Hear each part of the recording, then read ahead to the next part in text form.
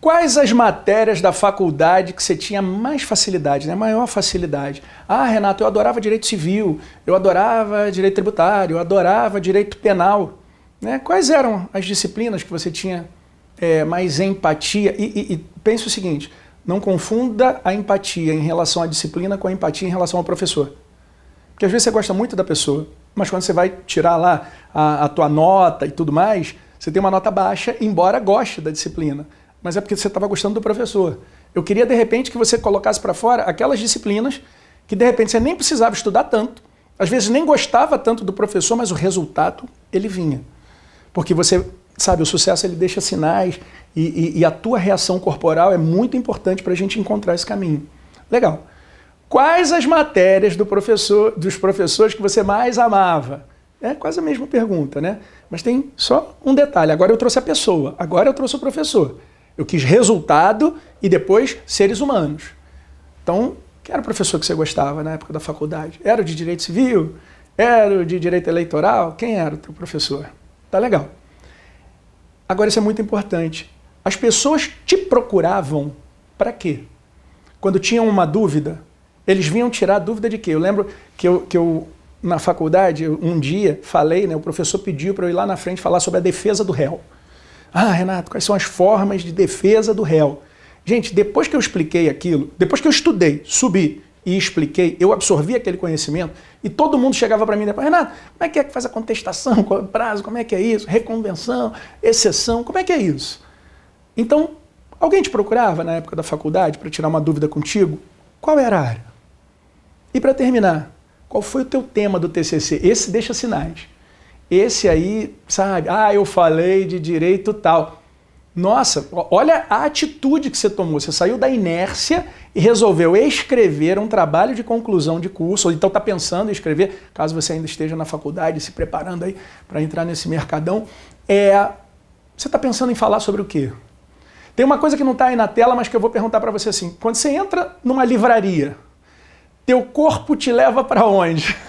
Por exemplo, em um determinado momento da minha vida, eu olhava a área jurídica, né, do direito e eu ia com toda força ali para aquela área.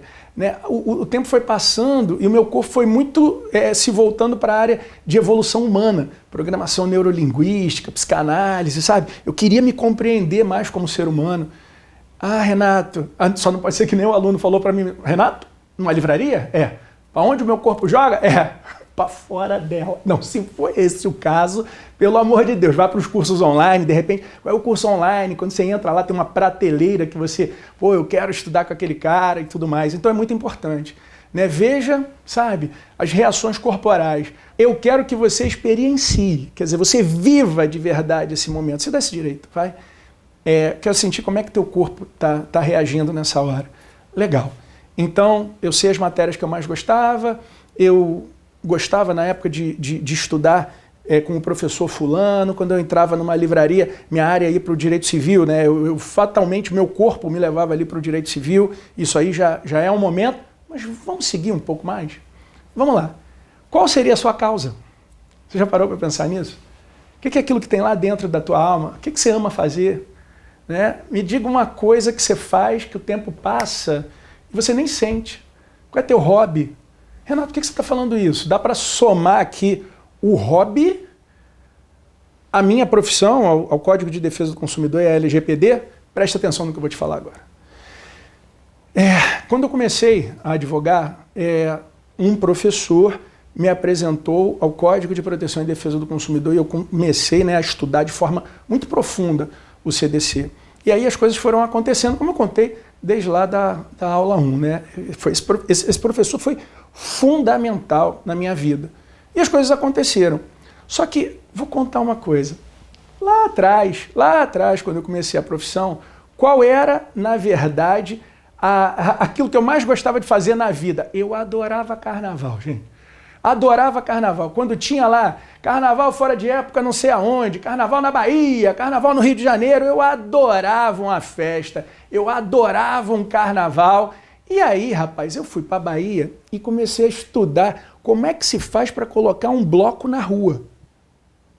E eu descobri que para um bloco gigantesco daquele sair para a rua, você precisava de autorização do Corpo de Bombeiro, autorização da prefeitura, autorização da polícia militar, vigilância sanitária.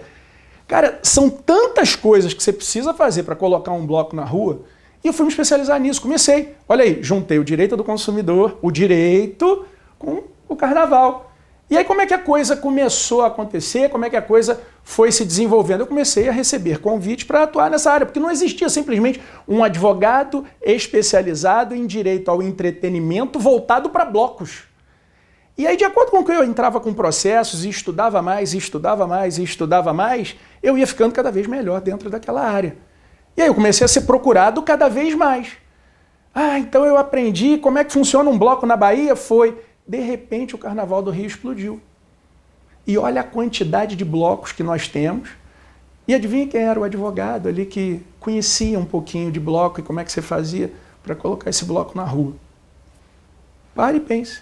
Viu como é que dá para você somar aquilo que você ama com o direito e você viver do teu propósito? Só que a questão é a seguinte, muita gente fica, eu preciso achar meu propósito, preciso achar meu propósito. Só que o propósito muda. Naquela época, o meu propósito era... Eu gosto do direito do consumidor e eu quero advogar e quero curtir meu carnaval. Hoje em dia, o meu propósito está muito focado no outro, né? No desenvolvimento da minha família, de estar em família, de repente entrar na vida dos alunos e deixar a vida deles melhor do que a vida estava antes de terem me conhecido. Porque você até pode dizer que gostou da minha aula, mas a coisa que me deixa mais transformado, sabe? Que você fala assim, meu Deus, é quando um aluno manda uma mensagem, um inbox para mim, falando, Renato, eu estudei, eu pensei em relação àquilo que você me disse e a minha vida mudou. Eu passei a adotar um determinado padrão e minha vida hoje é melhor. A minha vida, depois de ter te conhecido, é melhor do que ela era antes. Gente, se um dia alguma coisa, uma coisinha que eu falei nesse treinamento, fizer sentido, te ajudar, manda essa mensagem para mim. Porque eu garanto para vocês, às vezes eu reposto, mas eu guardo todas elas. Eu tenho mais de 1000 mensagens guardadas. E que às vezes, aquele dia que a gente está mal, que está, sabe, com a cabeça cheia de problemas, eu falo assim, que todo mundo vive problemas, né? Somos seres humanos. Eu entro ali naquela pastinha, né, de boas recordações, eu chamo de pastinha de boas recordações. Eu entro ali e eu vejo, e aquilo vai me edificando, vai me dando força. Naquele dia mais difícil eu vou readquirindo a confiança para poder fazer a diferença. Na minha vida e na vida de quem está perto de mim. Renato... Qual é o resultado dessa história? Pessoas vivendo do sonho.